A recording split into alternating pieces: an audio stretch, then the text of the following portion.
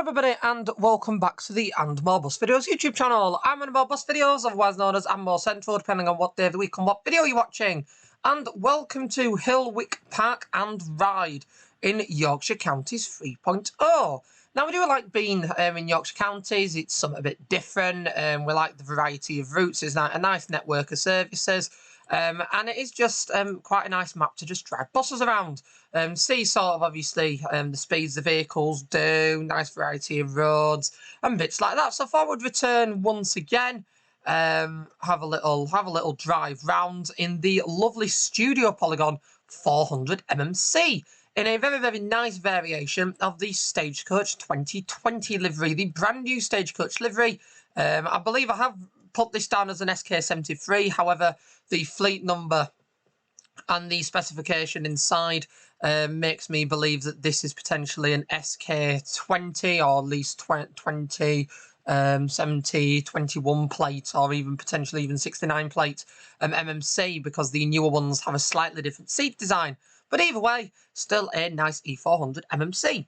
So in this video, we are going to be driving the U46. I'm going to be taking it all the way up to the university. Now, it does say that it'll take us just over 40 minutes, but we'll see how we go, because as you all know by now, when we're driving an OMSI, unlike real life, I don't stick about. In real life, you do tend to drive a little bit safer and saner than you drive an OMSI, but OMSI is a game after all. It is a nice simulator game, and when you've driven buses all week and you just want to just floor a bus around, have a little relax, drive something different, OMSI 2 is the game for you. So we'll get it all loaded up now. I will get the blinds set up as well.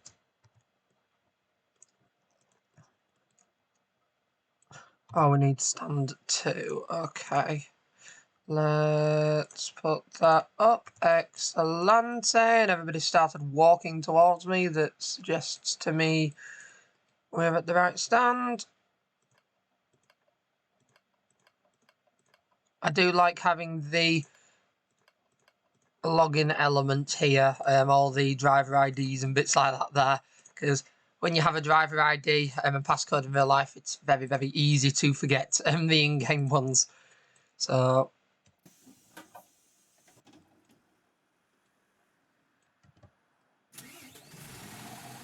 I don't know why the blind file isn't working. I've loaded up a special blind file that I believed worked for this bus, but it clearly doesn't. So that's... yeah, so we definitely have the blinds on just for some reason, and they're not showing up on the front. But hey-ho, it's not the first time that's happened. And it is 14:18, so let's make a move. So we're driving the low-height VoIP variation, 10.9 metre, that is realistic to the MMCs that Stagecoach operate and the standard specification that they order. London is slightly different, they may order slightly differently in London, but this is the standard UK specification that you see around the country. The main thing that has changed in recent times is the seating style. The new 73 plates have a light grey with sort of blue lacing on the seats, rather than these ones that were the design just before that have a lot more blue on them. There's a lot more of the blue and grey rather than just grey with a very, very, very tiny bit of blue. With that said though, I must say that from the 73 plates that I have sampled in Yorkshire based at Holbrook Depot on the Sheffield services, I must say that I do really like the current specification. Although, oh gosh, it does feel like this is quite slow. Although I would say in about 5 years' time, just like the leather seats on, let's say, the B7R, the Eclipse 2 Eclipses with First West Yorkshire, similarly with the street lights, the light E-leather is possibly not going to look as good as it does now as it does in about 5 years' time, especially with it being quite light grey. I would say it's even lighter than the grey seating that the first buses had that we knew around 2012, 2013, 14, even lighter than that grey when it first started. So it's going to be interesting to see what they're like at that point.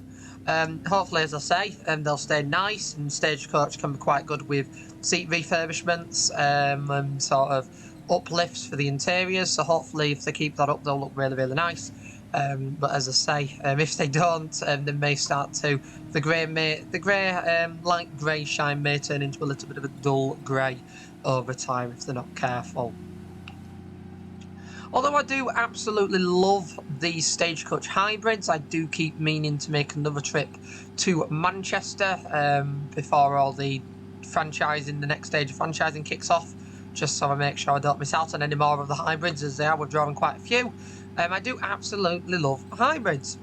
I absolutely love them beyond belief. They just sound like spaceships. Sounds so cool. I blame a friend of mine who introduced me to them in Sheffield. I blame him for my absolute love for the type.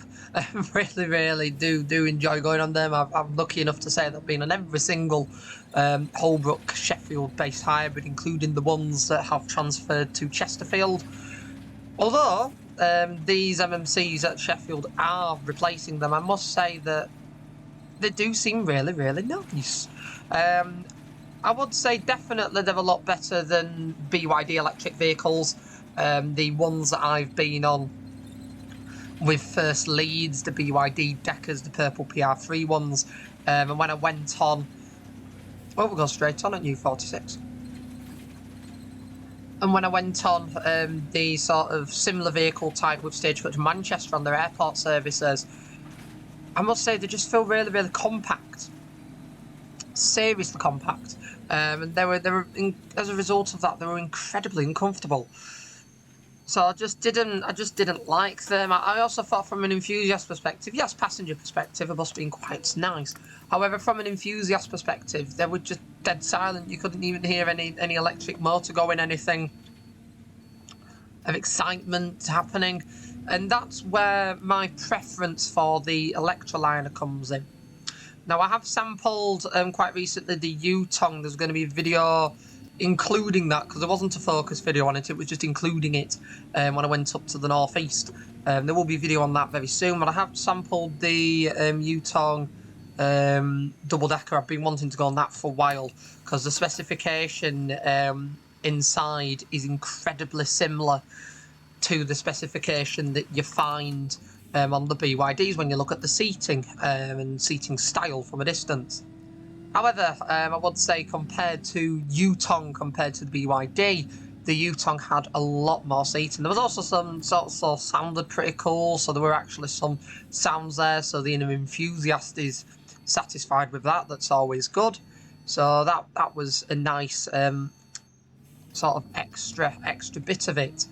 But the Yutongs just had a lot more legroom, a lot more space between the seats. They'd been a little bit more savvy with where all these sort of electrical components have been placed, rather than the BYD where they'd all been pushed on the lower deck. That meant that the seats were quite cramped. So the Yutong, just the bodywork styling and the chassis just seemed like there was a little bit more skill had gone into it in order to sort of space it out a little bit and benefit from a customer's perspective, not just a manufacturer perspective. So I would say that Yutongs, oh, there we go.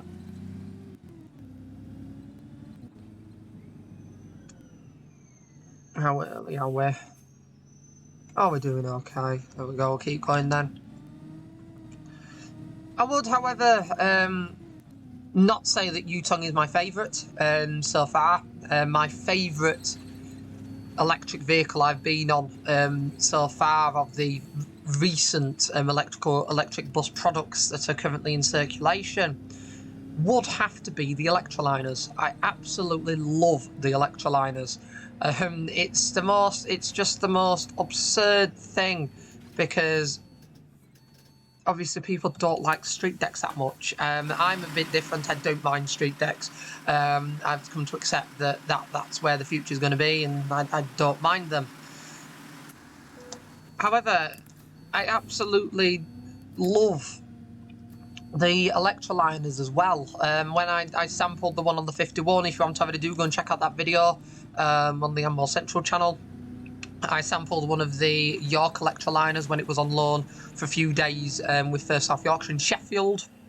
So I sampled that 36515. I went on, unfortunately, at the moment, it's the only electroliner I've been on. I haven't done a GB kite yet. I tried to do the Leeds ones on the day I'm filming this, but none of them came out till the afternoon, and I was busy in the afternoon, so hey-ho, these things happen. So I have only done a single electroliner. However, I must say that, as I say, from the electrical vehicles I've been on, the electroliner is definitely my favourite. The seating arrangement just seems nice. I mean, they've managed to retain the facing seats as well. So on the when you sit on the back row, you do get a little bit of extra leg room. Obviously, on quiet times when the bus isn't busy and you've got every seat in use. So you do get a bit of extra leg room with that. The vehicle itself, the bodywork styling is relatively standard. The rear is slightly different, but again, that's because of your electrical components. And then the sound as well, it did also sound very nice. And there was also some sound to it that means that filming buses and stuff like that still has some level of future, because there was some cool sound to it. I've heard from videos that I've seen of the GB kites that they sound even louder and even better. So yes, potentially not the quietest from a passenger perspective, but from an enthusiast perspective, they did seem to sound really, really cool. I was genuinely impressed with the electroliner.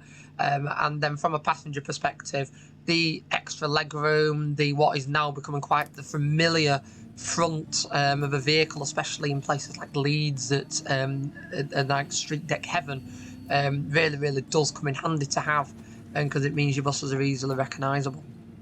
Also means it's easier to replace parts and bits. So, however, with that in mind as well, they have started introducing this new front end that we're not going to discuss for the purposes of me approving of the electroliners, because the new front end that apparently has been London approved, TfL have requested it with this large bumper. The only way that I can describe the bumper on that vehicle is a bumper fit to ram cars out of the way, fit to ram people and cars out of the way. That I suppose is something different.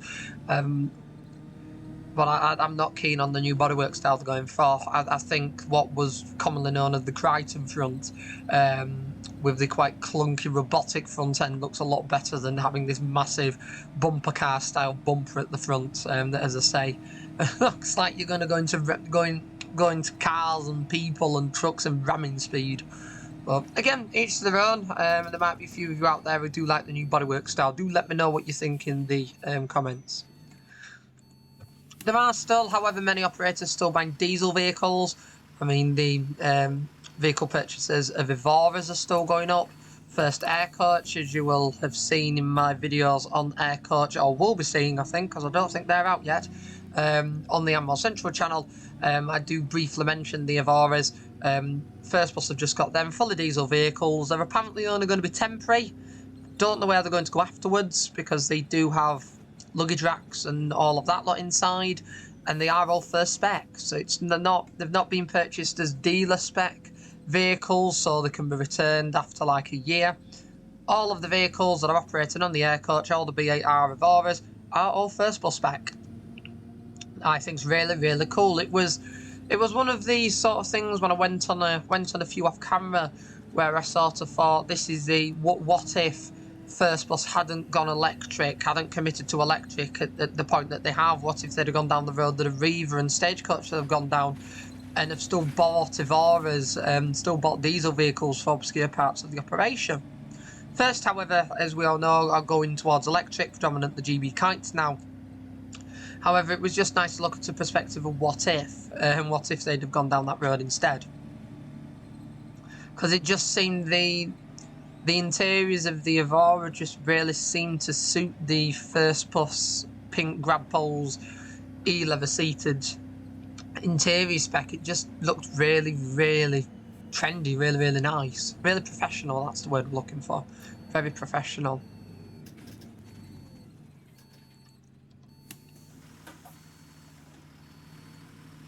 What are we doing for time? 32. No, we're doing okay. think the quickest bus in the world is this one.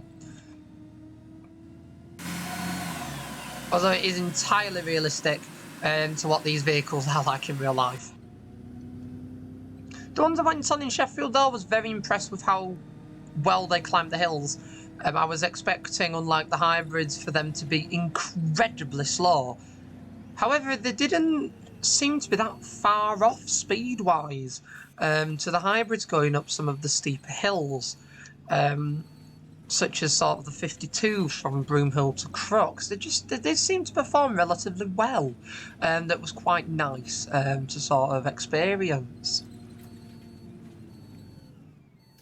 So it is all going to be all change in Sheffield very soon. Now that the vehicle trials have finished, they did sample all the sort of the U-Tong. They had a single decker, I believe GB Kite. They've had an Electroliner in Sheffield. They've done all of their trialling, so hopefully very, very soon we'll get a press release as to what vehicles they're potentially going to purchase. They do have to purchase something, purely because the B90Ls are getting withdrawn at the moment. They are slowly ushering them out. They have had quite a lot of Cascades. And again, if you are starting to usher out B9 vehicles off fleet, they're not going to be the main vehicles you're transferring in. I mean, don't get me wrong, there might be a few more B9s coming in from places like Glasgow, a sort of temporary cover. But there is definitely going to be a long-term solution as B90 or Geminis and the Mark 1s begin to get withdrawn. The 12 plates will probably last a bit longer, purely because they are 12 plates. We can fit under here, can't we? Yeah, we're fine. I did think that the U46 was a decker run. This is the one thing you've got to be so careful about when you drive.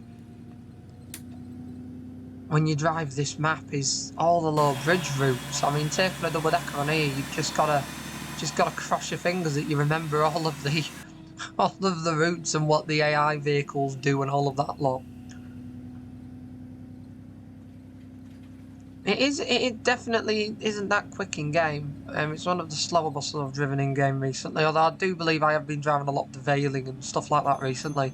That doesn't particularly help when it comes to understanding speed in vehicles. But I do think as a long-term solution for vehicles in Sheffield, it would be incredibly nice to see the introduction of some Electroliners. Whether we do like it or not, the B9s will be coming off fleet at some point soon. They are getting onto that age where they will start to withdraw them. As I say, some will probably stick about. We'll quite probably possibly get some from Glasgow again. We'll probably even get some more from Manchester in Sheffield, because as Tranche 2 happens in March, Oldham depots, their entire fleet of double deckers is going to be surplus to requirements. So Halifax is getting 12 of them for the new 501 and X1. They're getting it in Vira 400s, and there's going to be quite a large number of B90Ls planned at the moment to go down to Cornwall to wipe out the remaining B7 Geminis, because yes, Cornwall is still running a relatively decent fleet of B7 Geminis. There's also going to be a small number of them going over to Hunslet Park in Leeds to usher out the B5 LH hybrids off the 7 Series routes up to Woodley. Those B90Ls are going to be getting guide wheels fitted. So it is all going to be old go at the moment. There's going to be quite a lot more Manchester vehicles in circulation once again.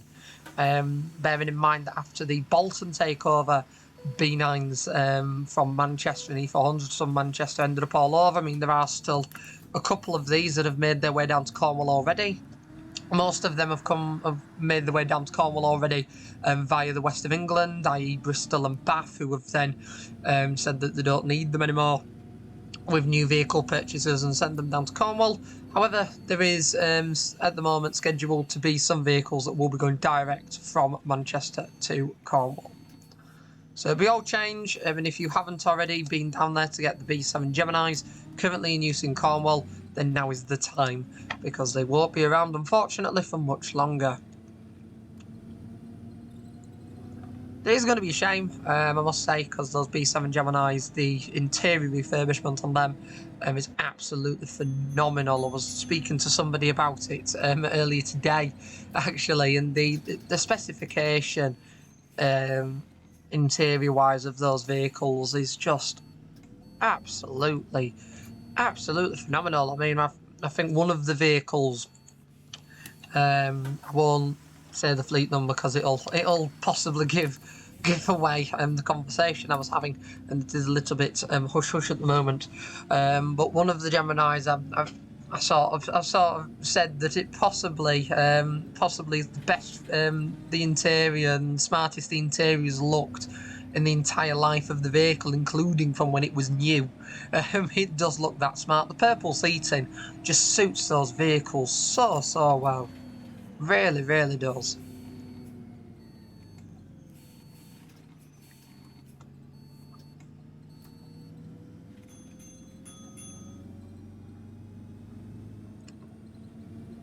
So it will be a shame when I next head down to Cornwall that there won't be any B7s. Most likely there won't be any B7s. Might be the odd one clinging on. We'll see how it goes. But there shouldn't, basically, when I head down, there shouldn't be any B7s left. And they should have managed to usher out the last ones. So that will be a shame. It really will be a shame. But then again, on my last visit there last year, I got an absolutely phenomenal amount of them in. At that point as well, we also thought there weren't going to be any B7s left. The idea was by 2023 that we're going to have got shut of them initially, but vehicle transfers, cascades and things, new contracts and all sorts of bits meant that didn't happen at the pace that they initially planned. That did mean that when I went last, I managed to sample quite a large number of B7 Geminis that were needed, that was very nice. You can check out most of those videos, I believe all of them now actually, because they all should be released. You can check them out on this channel if you haven't already. So feel free to have a little look at the first Kerno playlist. First Kerno, I believe it's named, or Cornwall. Playlist on the channel, and that'll include all the videos of the B7s, including some older videos of the Dennis Tridents that they ran as well before they were withdrawn at the sort of springtime 2023. The last one was withdrawn, as well as other oddball vehicles such as the ex-London dealership B90Ls and even an E500. So you can go and check out that playlist if you haven't already. That also does remind me that you can also check out in the Stagecoach Yorkshire East Midlands playlist and Hull playlist. It's all named one thing. A number of videos. It is slowly going to be growing throughout the year. A number of videos of the new Holbrook-based E400 MMCs. I do also need to try and get the MMCs that they got in Ashton as well. I just keep meaning to do a Manchester day. I just have not had a chance to do a Manchester day. I've been that busy recently. So I do need to do a couple of Manchester days, I think, at some point in February.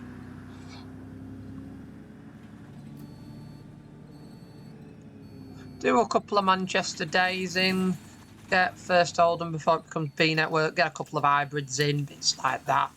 It should be that'd be a pretty decent day, I think, all in all.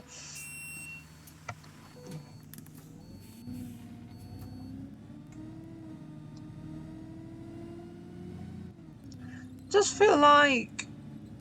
does feel quite sluggish, does this bus?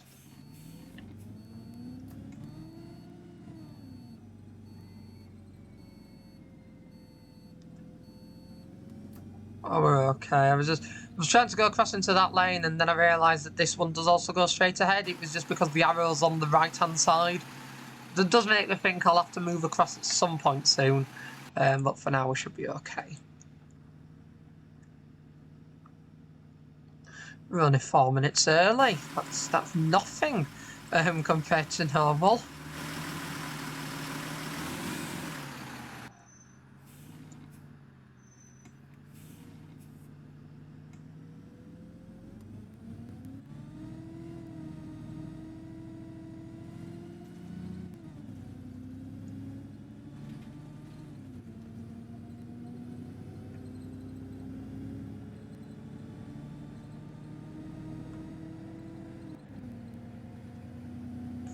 Yeah, it does feel sluggish. I do believe that is just the MMCs, and I don't believe, as I say, driving the C200s and veilings and bits like that recently on and off camera has particularly helped. Of course, you want the bus. Ooh, come on, stop. There we go. There we go. Excellent. I looked then and I thought, oh dear, I've accelerated way too quick, but sometimes I impress myself. Or surprise is possibly the word I would go for, but impress is the word that we're going to use.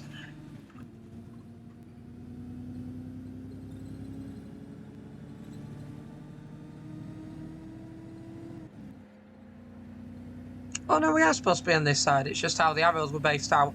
Again, this is my main criticism of this map, is the arrows kind of don't appear till rather last second on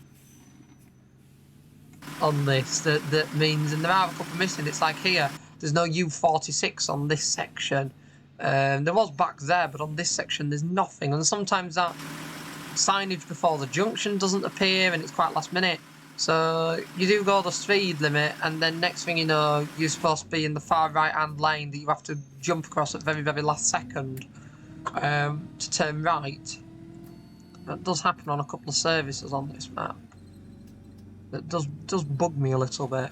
But apart from that, as I say, it is a lovely, lovely map to drive.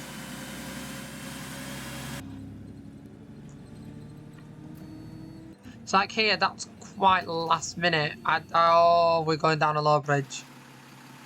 That states that's a low bridge.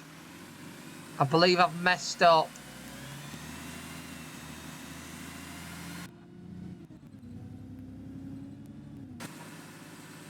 Oh gosh, is it? Oh, I'll tell you something. Oh, that's not that bad actually. There we go. When it said low bridge, then I thought, oh dear, that's game over. No, we got through that. That was 14.6, and I did pick the low height variant. Very, very good move on my behalf was that, to pick the low height one. Goodness me. So that means I don't think there's any other low bridges I'm forgetting about. That does mean that if I take the first bus B7ALX on here, I should be able to do the 17. I think if this can go through, because I'm pretty certain that is the only really low bridge on the 17. I'm not going to count my blessings too early because we are still on the 17 route, we are still following it, and I don't want to get a nasty shock. I'm pretty certain that's the only one.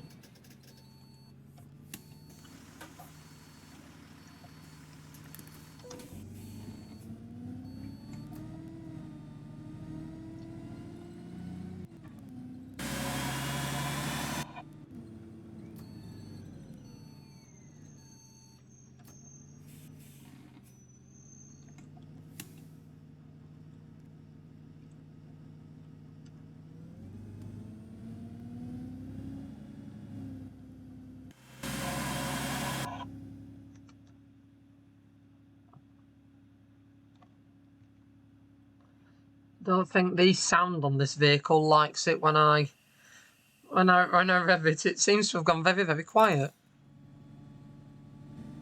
Yeah, there we go. The sounds have now come back in. The sounds sort of dubbed themselves out then.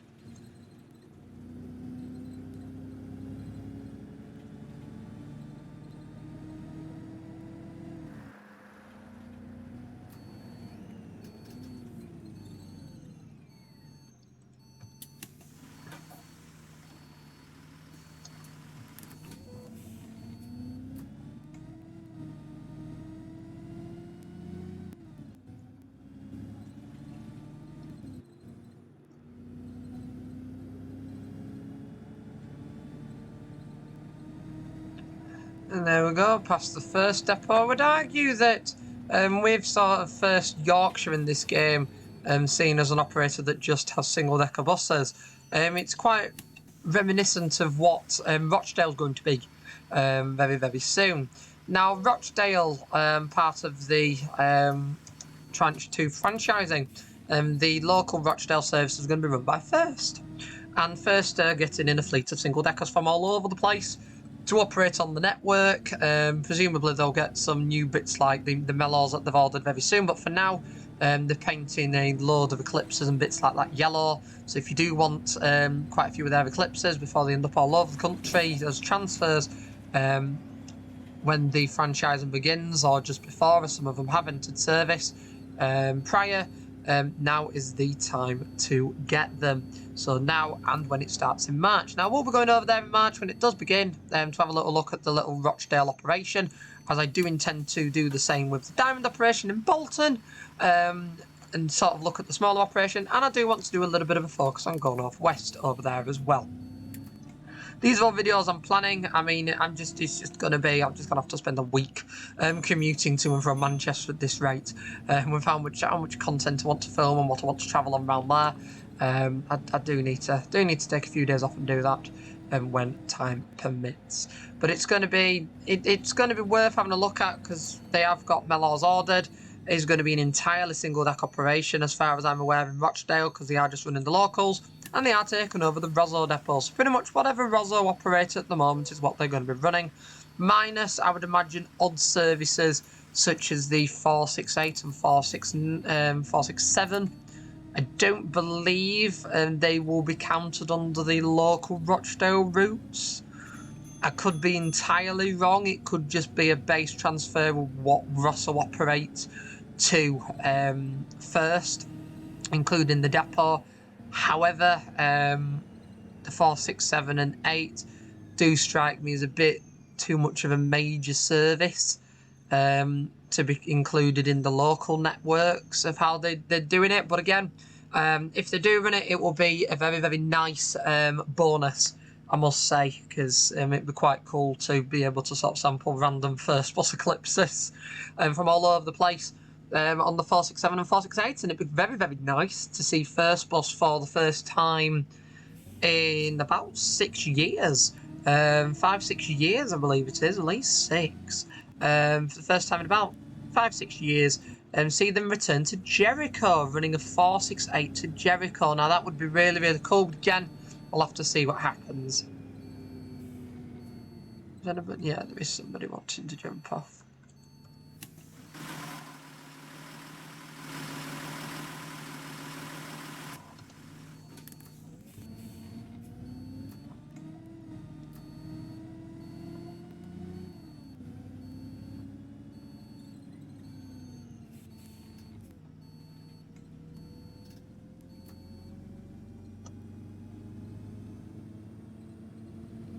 So far, I believe they've got 69445, 69500, and 01.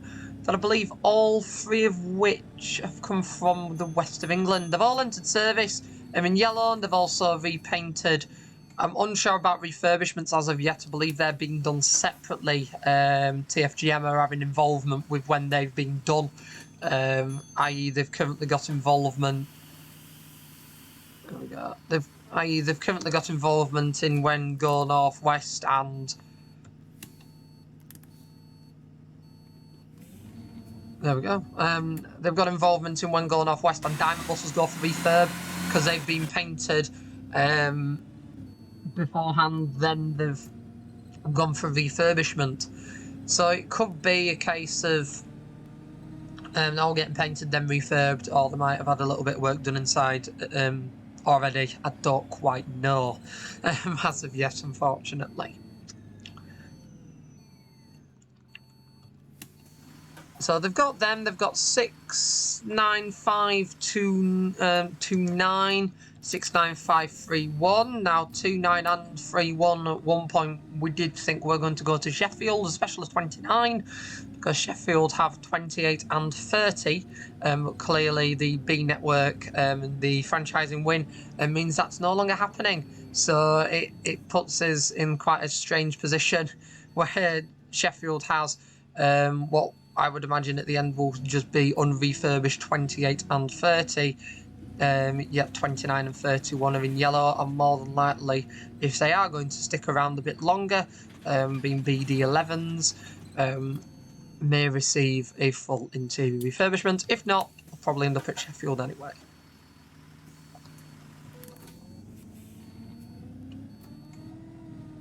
So it'll be one of these where we'll have to just see what happens.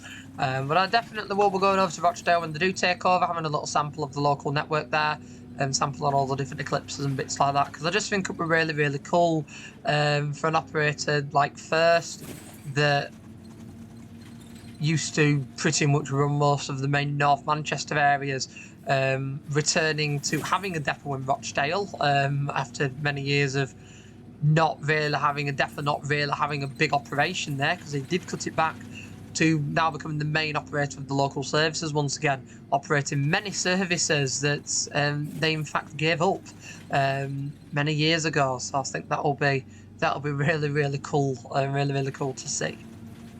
Something else that is going to be strange is these vehicles, these E400 MMCs, and possibly a couple of Trident 2 E400s, because they are painting them yellow for all of them, ending up on the 184 to Huddersfield. That is going to be incredibly strange to see.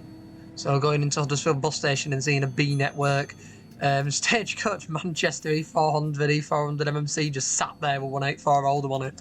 That is going to be very, very strange.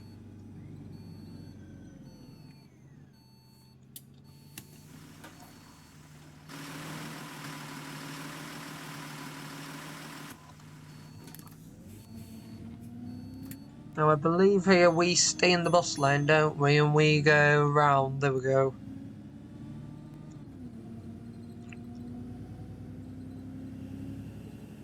So we don't have to go through the really confusing, annoying lights.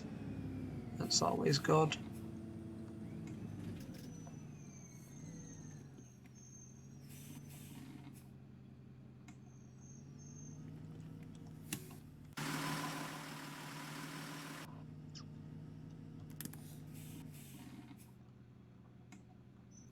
There we go, that'll do.